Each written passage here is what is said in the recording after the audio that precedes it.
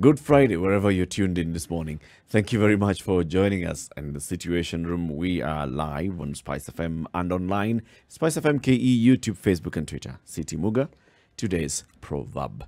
A good chief is like a forest. Everyone can go there and get something. A good chief is like a forest. This one is attributed to the DRC. Who in the DRC? Batoto A Bakongo. proverb from the DRC. Now you take your pick, whether you want it with this. Batoto Bakongo. Okay, this is from them. Yes, the country that was previously known as Zaire, okay, or the Congo, DRC. All right, so shortly we'll be speaking truth to power because this is it. This is what the Lord Jesus was doing maybe around this time. Canon Reverend Sammy Wainaina is with us and he joins us now on the line. Provost, good morning. Good morning, sir, and how are you? Happy Good Friday. See? It is Happy Good Friday, not Good Fridays. Do you what? Eric wants to add words that maybe are not necessary. By See, the now way, you've validated his problems. Who was stuffing it through our noses with this Good Friday Happy greeting. Good Friday. Now he's elated and is jumping onto the bandwagon of he is the one who said he actually didn't. Him, it was Good Friday. But he actually surprised me. He said, Good Friday, CT. I said, yes, it is Friday. It is Good Friday. This one. This one. See? Even. This one. You see what he has said? It is this woman It is that this you've woman put here. that you put here. So I It's was your confused. You know, the day before this one, in history, there's a guy who passed the back. He kicked the can down the road. Said, surely, guys, see, this guy is not really that bad. See, you... Why don't we just, Give him a chance. Give him a chance? And unfortunately, the gainsayers had already been at work. They had already organized a lovely rally and people who would chant what they wanted to chant. So we are here because of that, isn't it? We are. We are. Provost, good to see you. Before we get into the topic that we want to talk about today, speaking truth to power, what was happening at this time on that day, many thousand years ago? Had Pontius Pilate taken his breakfast? Well, the Bible would be the best source of information. Just before the crucifixion, and you can read that in Matthew 26. It is the plotting against Jesus. That's where it begins. And as you continue with the story, Judas, in verse 14 of 26, agrees now to betray Jesus. And then there is the Last Supper. So there are steps to it. Yep. It's not just a day that happens. There is a lot of background activities around there. Then there is the prediction about Peter, that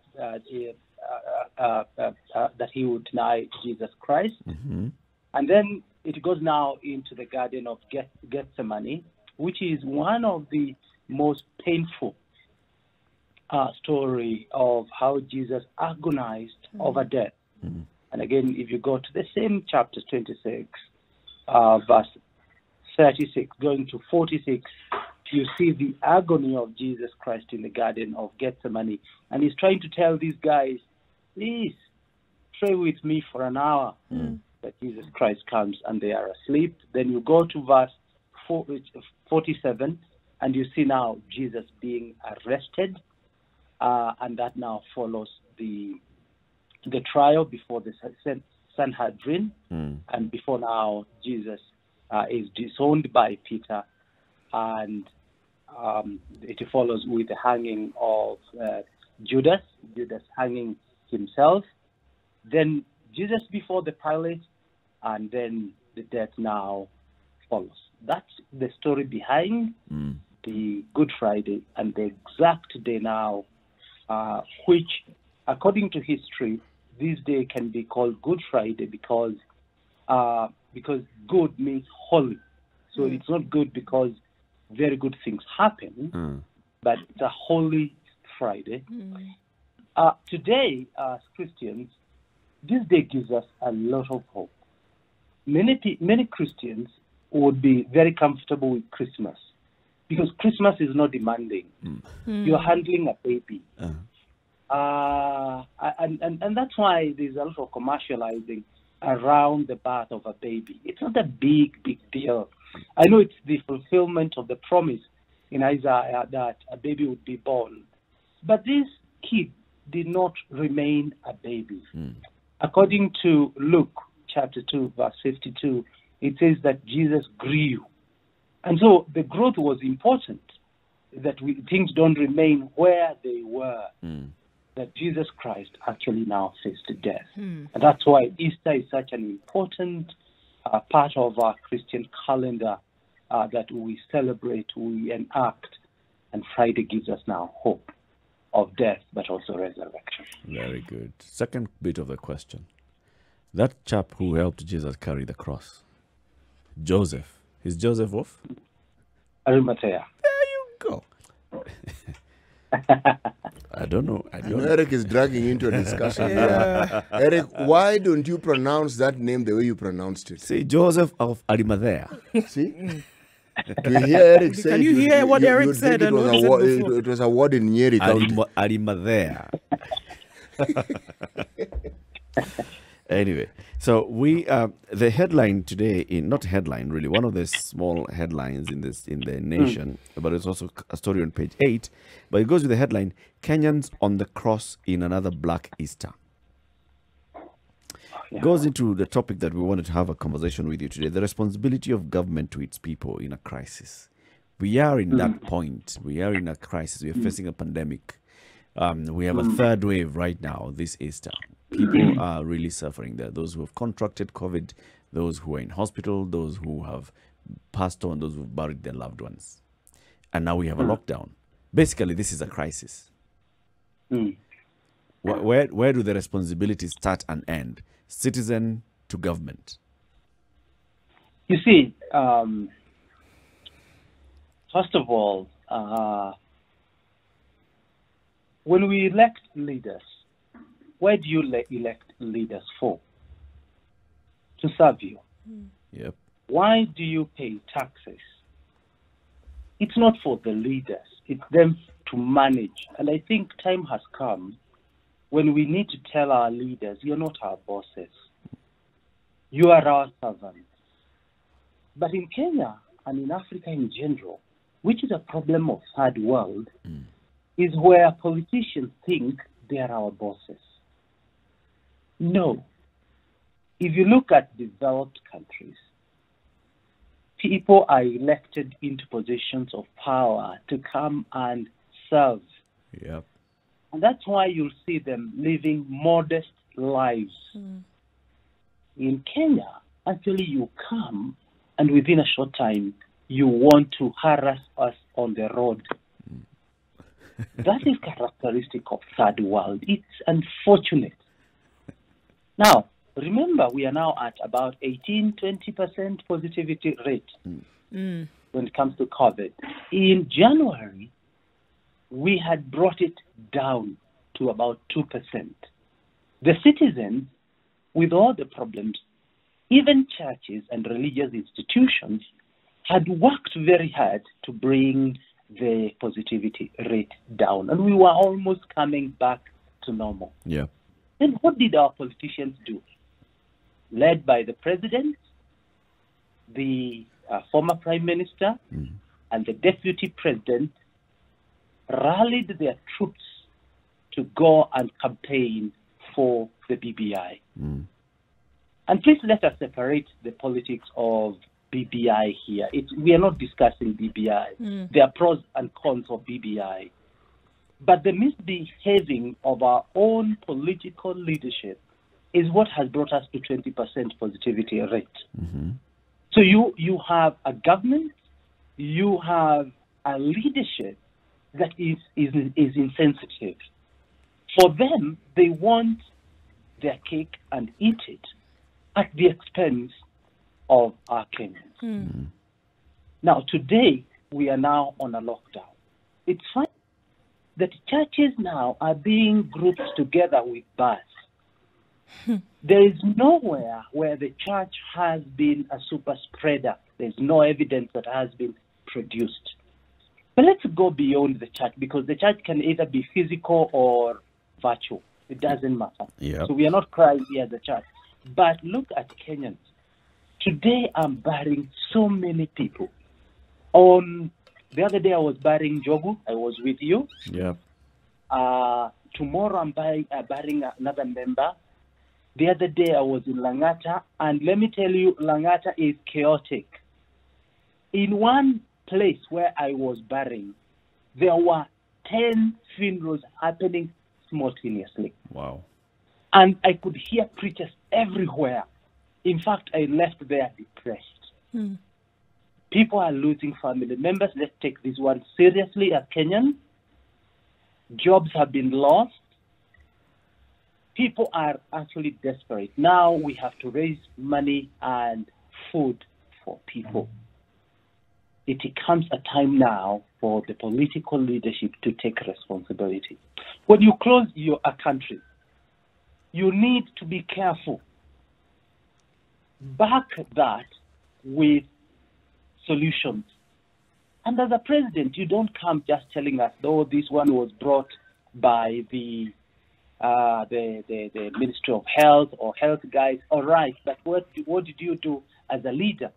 You are supposed to provide food for the people. You are supposed to give stimulus, economic stimulus for the people. You are supposed to cushion your own people against it. Let me tell you, brothers and my sister, when you are elected as our president, it's actually not a place of luxury.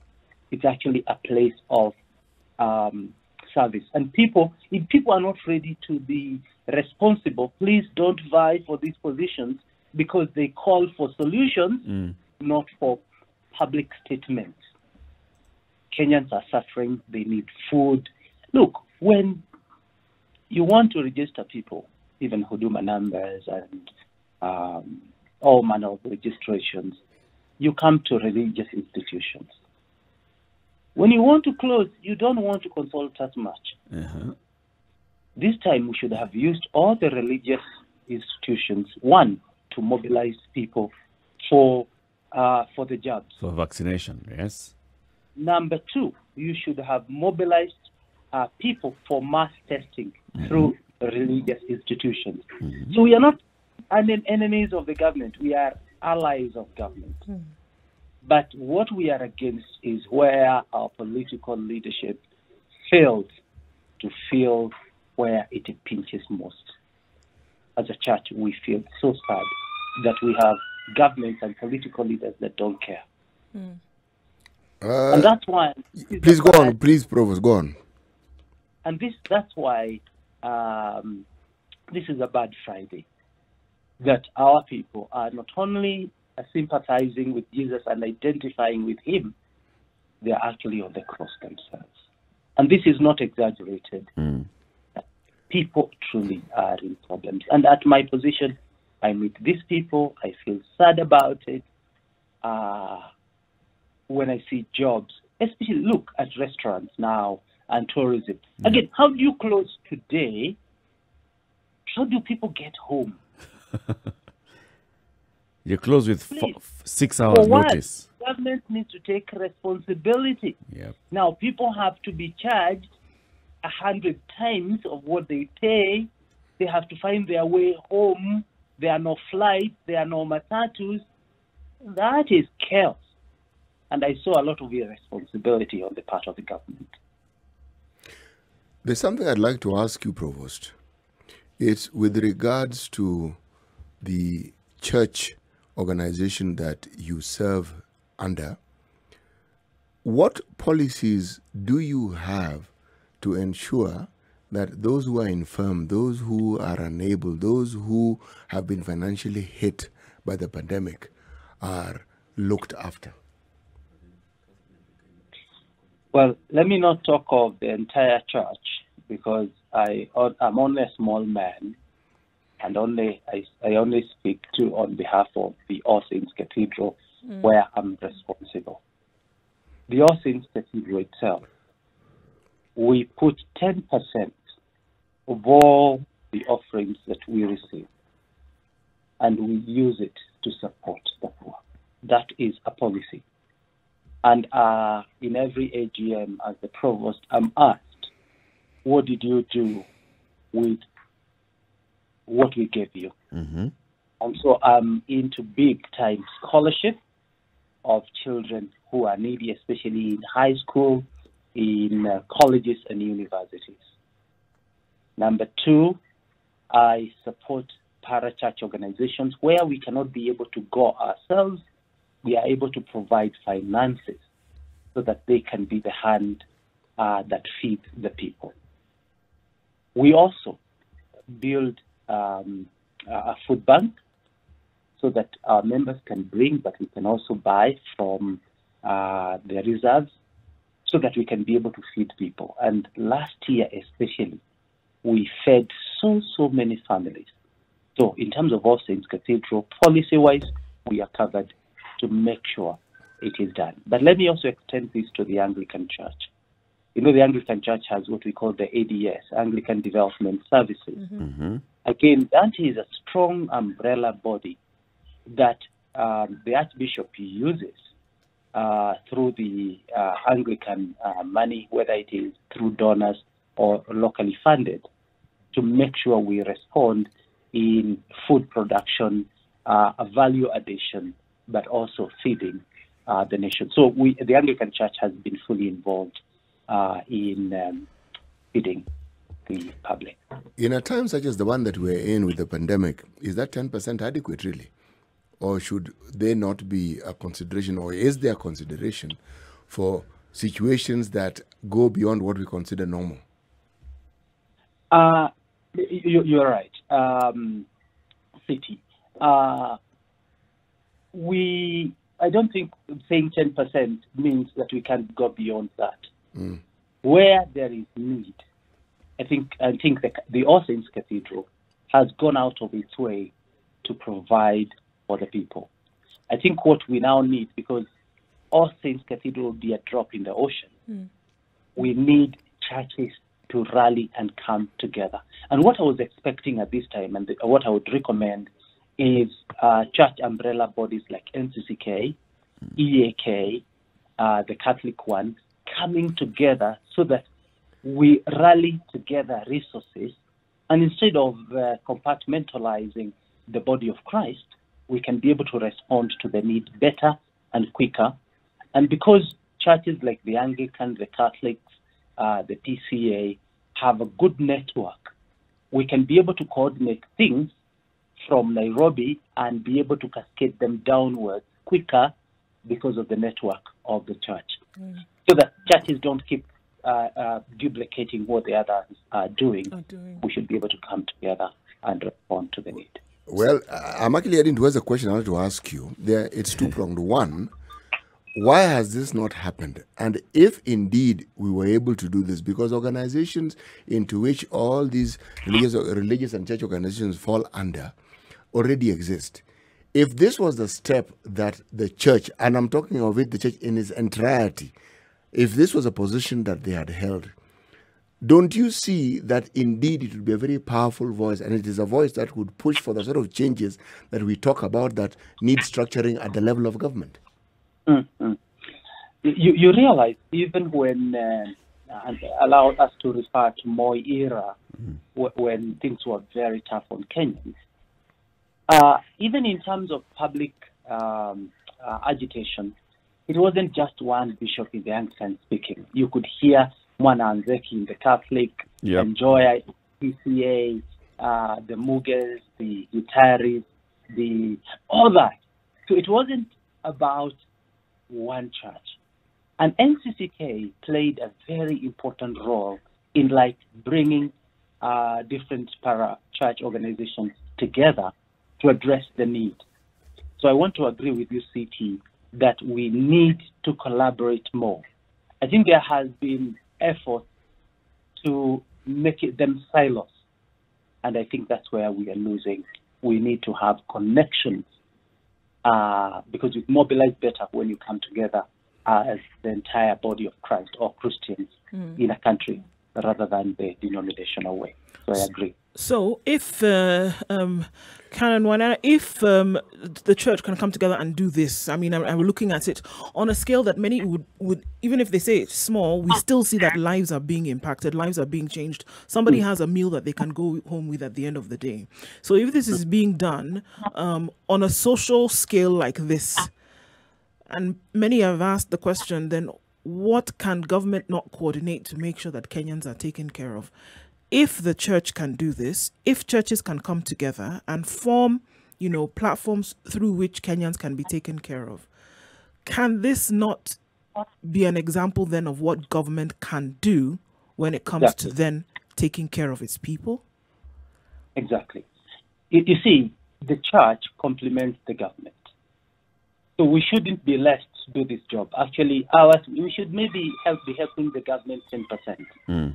But you look in this country, when it comes to healthcare, I think the church has done a good job. Let's give credit where it's due. Yep. That the church, the missionary hospitals have actually not even complemented. They are partners with the government. Look at the schools, missionary schools, the best schools in this country. They belong to the church. The church actually has contributed immensely. But the big network of the government should be used at this time. Chiefs, this is now, I don't know what you call them, county commissioners or something. Deputy county commissioners. Deputy and county commissioners. They should be using their network to cascade upwards to identify families that are suffering. Sometimes when the media brings images of people who are very, very hungry, and they are even used to solicit for funds abroad, it makes you feel very sad that we have leadership that never thinks about feeding people. It's wonderful to build Mombasa Road. It's wonderful to build highway. But until we feed our people, we can never be developed. And food should not be about a DC or a politician coming there with a tin and giving somebody 2 kilos of beans and maize. No, they should be produced. We should have government even factories or even lease that service to the private sector so that food is packaged, nutritions are taken care of, and once you give somebody 5 kg, you have the proteins there, you have the carbohydrates, and you have the vitamins. And there are times when Nyandarua produces so much food that if it was collected, dried, added value, repackaged, you would feed your people. That's true. But so it's actually the work of the government. The church is only there to complement what the government is Actually, doing. that is where you and I are actually going to get to a divergence. Because the church is a government. The church, forget the role of the government for a second and consider the role that the Bible demands of those who subscribe to that particular faith. It is mandatory. It is not optional. It's not a suggestion. It is mandatory that we look after each other, that we become our brothers' and sisters' keepers. It's mandatory. And yes, the church has done tremendously well in the past, and it still does. But I'm saying the bar should be raised. Are we, when we look at the church now, are we looking at the glory of the past? Are we saying now, in the here of today, that the church stands out when you look at organizations that actually look after the interests of the people in this country? Do they stand out? The answer is no, they do not stand out. And if they do it quietly, why don't they do it more? Because if they did it more, it would be known that they're doing it more. I am saying they are falling short of the mandate, and yet they have the ability and the capacity and the calling to do precisely that. I don't get where the divergence also came in, because... No. The divergence is that... Because you're saying that the government... The provost was saying that we only assist the government, and I'm saying no. That they, no. That they should not be doing... I am saying no. That is not the position we should take. Assisting the government... Let me clarify that. Please. You see, when you look at the Bible, it also speaks of the government. Why is the government put in place? But me, City, I never received I never received tax. Me, I don't receive tax. Yep. It is the little money that I receive that I actually manage well, do all the work, and also be able to extend to the people. So let's not remove the responsibility of the government. Our work is not just to pray for government as a church. Our work is as well to hold the government responsible. Mm-hmm. Yes, it is the Christian mandate to do that. Actually, there is no divergence. What we are saying is the same. The government receives taxes to take care of people, and that is biblical. The church also has the mandate to also come in and serve. By the way, before you talk of the church as an institution, talk of the church as well as the individual. It is you, City Muga, that takes care of your brother next to you. Yep. But that doesn't remove the responsibility from the government. The church cannot do everything. But I want to agree with you that we need to do much, much more. And remember what we had said earlier. If we collaborated as churches and parachurch bodies, there is so much that can be done, but there's a lot of duplication today. And duplication brings wastage. That's true. You know, I hear what you two gentlemen are saying, but at the same time, the government, as we have seen, when you go and do the job that the government should do, the government steps back. We have seen that. We've seen that in the health sector. The religious organizations that have come up with mission hospitals in various places of the country, parts of the country, come up with schools in various parts of the country. Have you seen the government coming to support or to build a new school in an area? They don't. When you see a government that is relying on external budgetary support, for example, in the health sector, how much effort is the government putting in that sector? Minimal. So there's something about kuzoesha mtu. If we zoesha the government that, we shall come together, we as the body of Christ and religious people, we shall come together, we shall be helping one another, we shall be doing this and the other, while at the same time we are paying taxes, itazoea. He said, Eric. Yes. When schools closed last year, you saw what private teachers went to do. One, public schools were turned into poultry farms.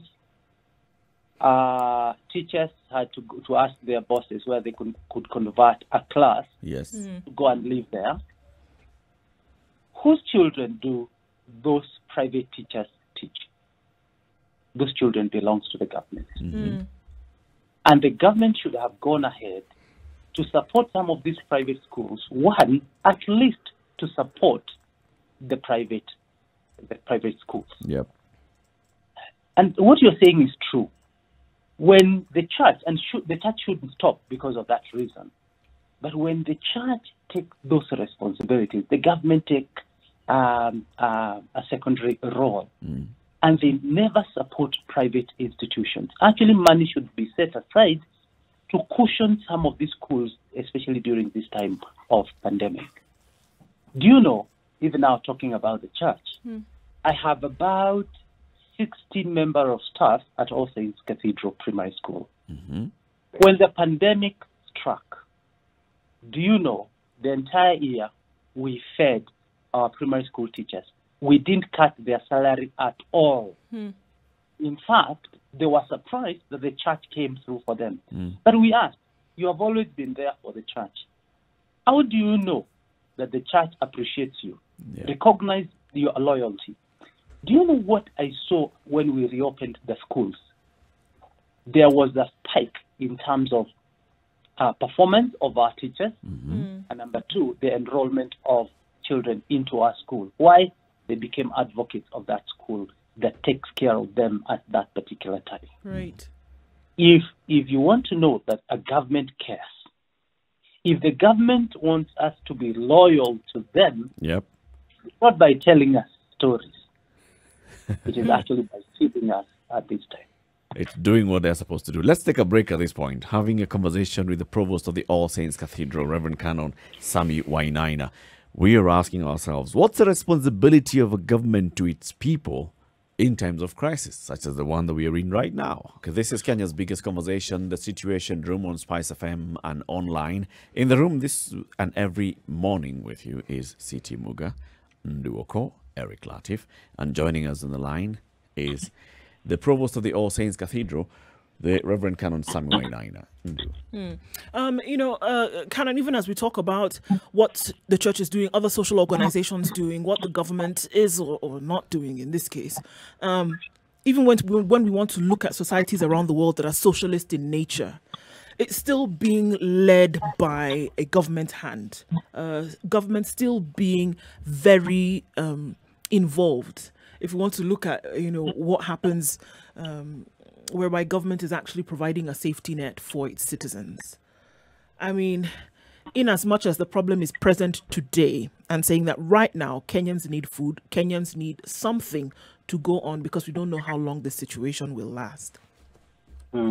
Beyond the current and urgent problem, should we be seeing this then in terms of leadership and what it would really portend in the future for Kenya to say, in a time of crisis, how your leadership behaves shows you what they really are? Are those the areas that we should be looking into now, beyond the problem that we are faced with currently? Well, we have a bigger problem than feeding ourselves. And the problem is we don't sit to discuss our politics. And I think, look at Kenya historically, how governments were formed, how people took advantage of their positions. So anybody today thinking about politics only thinks about how can we also benefit. And so that is a skewed discussion. But I think time has come when the masses need to discuss about their politics. And politics here is about being people-led than politician-led. If you look at some of the movements that have come, even BBI, for example, it is a politically led process. And it doesn't emanate from the people. It emanates from the politicians themselves. Yes. And when politicians come, they bring their own interest. And so Kenyans will never, and I've said this before, let me be quoted, call me names. BBI will not solve your problems. It will only provide opportunities for politicians to entrench themselves for many, many years. There are people that are sure their children and children and children's children will have their bread buttered. For you and me, Kenya, you can be sure that will not happen. You will struggle, and maybe 10 generations from you today will continue to struggle because of the policies were done today, and you are just looking at handouts. This culture of handouts, please stop it. Ask what is there for us, and what are Kenyans asking for? Yeah. You know what the discussion we should be having is, are our children and generations to come assured of good quality education? Not just free education, quality. Number two, quality health care. The other one are roads that we can be able to do our business. We should be thinking about a smaller government that serves the nation rather than a big, heavy burden at the top that only serves itself and only handouts for the people. I wish we would be discussing such things. But you know what? Kenyans don't want to discuss such things. Don't want to? That's what's right there front and center, Canon. They don't want to discuss looking at a better way in which the government can be led, or better way in which the country can be led. It seems that that's what's being fed on a regular basis, and so that's what Kenyans are consuming. Or do you say that Kenyans can actually make the choice and demand for something different from what is being offered? And that's where then the religious institutions come in. Because as they have been described before, we are the conscience of the society.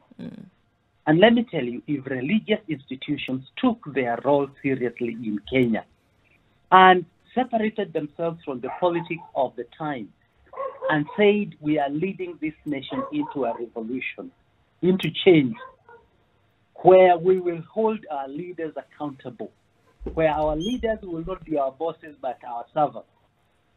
And they use their network in this country, religious. And religious here means not just Christians. We need the Muslims. We need the religious body coming in. Let me tell you, politicians will come. That's true. Remember, politicians are part of this religious institution, but we will not allow them to lead it. We will say, no, this is what Kenya needs, and we want to give our people power. We want to implement policies, because Kenya has many policies that have been created, but they are never implemented. There are good laws, but they have never been implemented. At what point do you suppose this apple cart was turned upside down? Because at some point, politicians actually assumed that position, and it's progressively. Do you think it's probably even at the point of the constitution review process, where the citizens clearly express themselves on what they'd like in terms of their leadership, in terms of how they want to be governed? The politicians seemed to want to play and dance to that tune, but then religious leaders seemed to be speaking a different conversation with regards to the constitution. So maybe that's a point where it was a fork, where the religious leaders went one way, citizens went the other way, and the hyena that's a politician basically just took over. Well, City Muga is better with politics maybe than me, and he could tell us where the rain started beating us. But as a student of history, to me, we moved from colonialization, where the flag and the Bible are one and the same. That's where the problem begins. That the colonizer uses the missionary to actually cheat us. Although the Bible is such a powerful tool of liberation, and we can look at South Africa with apartheid, the Bible can also be a tool of subjugating people. And so next to every missionary center was the government center. They all were one and the same. And that's why Kikuyus would say there's no difference between a Mudongo and a Mufea, a church father and a governor. So we moved from a government that was white into a government that was white, in quote. And that is, the problem now is blacks who wants to behave like colonizers. And you see the formation of the first government was skewed, it favored certain areas. We start getting into a problem.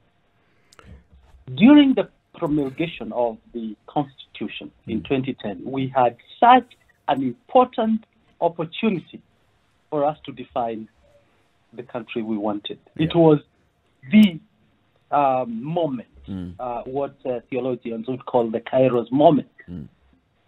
But you see what, again, our politicians come and they will come divide the very, very church. And that's why I'm also critical of the church. And I'm saying we may have failed our people. We should have spoken louder. But I know we have also spoken and we have been neglected. Even these matters of BBI, the church spoke. We did the presentation of our papers. They were actually neglected. So we also know that there are people in this country who would not want to see change. But on a Good Friday, like today, there was hope against hope. We as Kenyans cannot afford to be hopeless. We can still change this nation, because when it sinks, we all sink. You know, this morning, Provost, I'm a dog with a bone. I like the framing of your discussion when you brought in the membership of the church. I refer to the church because we are celebrating Easter. It's a Christian festival. It's a Christian celebration. And as you were talking, my mind went back into history. And then my mind also went to the influence of the Christian religion, not just on people, but into constitutions around the world, the Judeo-Christian influence, then my mind went to the individual, as you then presented it, who is a member of this organization we're referring to as the church. You see, the influence is not an institutional influence. It's the people within the institution and the influence that they have. If you look at this country and you look at the so-called, if I may use a loose term, the big churches that we have, the Roman Catholic Church, the Anglican Church, the PCEA, some of the evangelical churches, the people who actually run this country find their membership, many of them, either in these churches or in the Islamic faith or in some other religious organization. Now, the question that I have to ask is, how much do these institutions influence their membership? And how much do they influence their thinking? And because it's this thinking and the mindset that we see displayed in our policies and the implementation of our policies. All these people we talk about, whether they're entrepreneurs or whether they are members of some religious organization. Kenyans are religious people. And they like their church and they like their Sundays and they like their services. Now, I'm framing it this way, Canon. I'm saying that whenever you've seen any fundamental change that comes about, it's individuals who make it. But if you look at the individuals, either it is a faith that they have or the lack of it that they have, but usually it's a conviction that has propelled them to bring about that change. And this is the bone that I'm stuck with. I'm stuck with the potential influence that we can bring about, which we are not. This is where I'm actually stuck. I know you want to say something. No. City, I'm in full agreement with you. And let's again go back to history. Look at the liberation in America and the role of the church, the pulpit, how they were used even by Martin Luther Jr. Yep. King Jr. Look at liberation in South Africa. Look at liberation in Latin America. And that's where you develop theology that addresses the people. The scripture is not static. The scripture is applied to people's lives, but also to context. So scripture is able to speak to me today. Look, we are talking about Good Friday, something that happened over 2,000 years ago. But if you theologize properly, and tomorrow I'll be in the pulpit speaking about these things, it must address our context. If the gospel leaves you thinking only about heaven, that gospel has a big problem. Because I don't think Jesus Christ gave the gospel to take people to heaven. It is our ultimate goal or right. But by the time I get to heaven, this Bible needs to speak to my situation. So the liberation movement of the world, across the world, started from the Bible itself, the liberation theology, even in Latin America. And I want to agree with CT. Actually, there's no divergence at all, that actually we need to theologize properly. But you know what has happened of late? Is a shift from a tough gospel, churches like All Saints Cathedral that were known to be very tough, PCA, and the Catholics, and now people are shifting into, sorry to say, and let's be critical about the church, Pentecostalism that brought in prosperity gospel. That today people want to be told how rich they can become very, very quickly. Sell hope.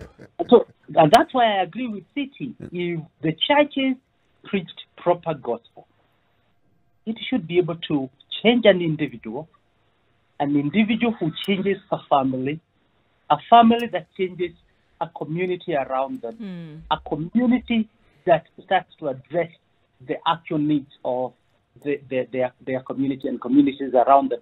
And that's how the ripple effect goes into changing an entire nation. So then we can't blame government completely. No. I hear you saying this now, because if you're saying that all of the things that we are seeing today, if there is rot that doesn't allow certain things to happen, you get to the point where a nation is in crisis and the people cannot be helped. Those sitting in a position of power are individuals. So you're saying essentially, if the individual were to look at that point where they would be able to change towards the better, take a moral audit of their lives and actually start to make the change one by one, then we wouldn't point fingers at government when things go wrong, or we shouldn't. Sure. Do. You see, last time, was it in February when I spoke the hard-hitting sermon? Yes. What did I tell members of the cathedral? I told them, you know what, if you go still outside there, even if you gave not just 10% but 100%, you are under a curse. How many pastors would tell that to their members? Very few. In other words, and I'm not saying I'm better than any other, but what we are telling our people is we are the moral conscience of the nation. Nation is not people outside us. It's actually the people who sit there. And I tell them, I don't need you to be corrupt. I even told them, you sanitize corruption by calling it a breakthrough or a blessing. And I said no to members of the cathedral.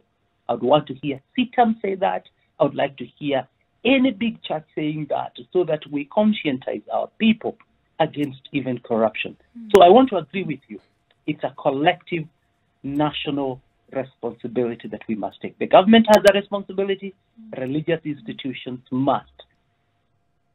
Let me tell you, corruption will eat all of us. It's a cancer that will eat all of us, and unless we speak about it. So corruption is only one, but there are many other immoral activities that happen that must be called out. Canon, even as we call this out, our pulpits, I'm going to be prescriptive here, should also tell our people how we should treat people who are associated with wrongdoing, because we welcome them, we embrace them, we celebrate them, and in reality we should shun them.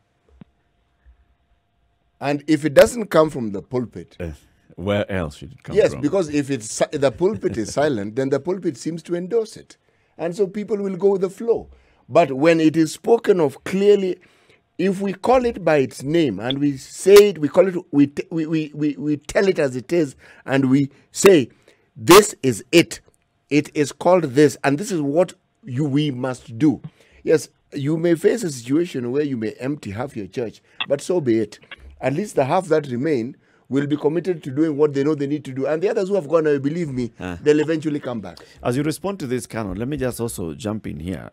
This I question, think that was a comment, not a question. This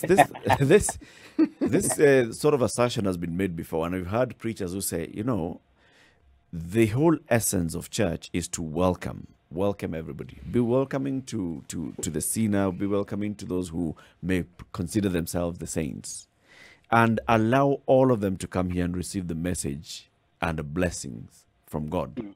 Now, where do you draw that line and say, all right, but you clearly are a Kemsa person? No, you simply quote scripture, really, because this is not what I think. I know in the Muslim faith, they are categorical. They will tell you with clarity, this will not happen. You will be told, and they know. You'll be singled out. Oh, yes. They're not going to say you in particular, but they are clear. There's no ifs and buts about it. They're very, very categorical about it. You see, what Muga is saying is this. Okay, first of all, to answer your question, yes, the church is open for everyone. And this one we learned from Jesus, our Savior. He welcomed everyone. But he never left people at their comfort. When a lady is caught in adultery and she's brought to Jesus, yes, Jesus, and we can only speculate, judged the other people, and that's why they left. Maybe they were told, you CT, you did this, did this, you Eric did this the other day. And they realized, oops, Jesus knows, and we're only speculating, and they left. But what did Jesus do? He never celebrated the woman. He actually said, woman, go. Your accusers have also left. Go and sin no more. If we use the Bible to preach the true gospel, and it's not a gospel of attacking people, please, let's get it right, we will be able to liberate people. So what City Muga is saying, just preach the gospel. Tell people that this cannot be acceptable here. Or as believers, you can't do this. And so we welcome, but we liberate people. And the best tool to liberate people is the gospel. Is it? And the truth. Me as Wainaina, I have no power to change anyone. But if I preach the true gospel, it will take some time before it settles. But once it is settled, people will change. So it is true. Churches need to rise up. But should it go to the extent of actually calling out? For example, you know that somebody who's involved in the KEMSA scandal is in the congregation today, and you go out and talk about the current scandals that we're witnessing, where people are accused of doing this and the other that could put people's lives in danger, and everybody knows you're talking about KEMSA, and everybody knows so and so is in the congregation. Should you get to that point? Well, I think we need to be careful so that we can be objective in our preaching.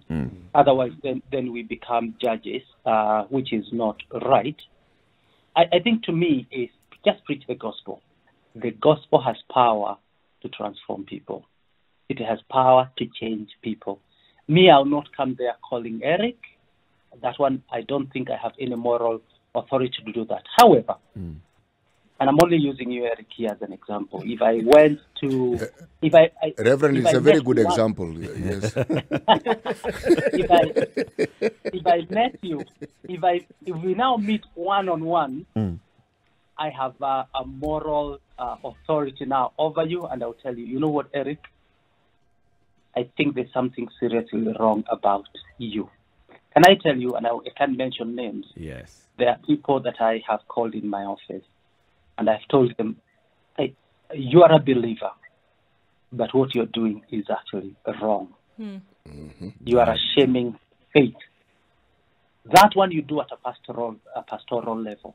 Okay. At the pulpit level, you preach the gospel of Jesus Christ to everyone, because the gospel has a way of neutralizing everybody to the same level. Because I don't think I would condemn more people in KEMSA than somebody who also did overlapping on the road or did something. No. The gospel puts us in check, all of us. All of us at the same time. But at a pastoral level, we should be able to tell people off against corruption. Provost, thank you very much for joining us. Always a pleasure having a conversation with you. Give a message of Easter to our listeners this morning. As I said earlier, Good Friday was a very dark Friday. And the Bible records actually it was dark. But today, it's a Friday that brings hope.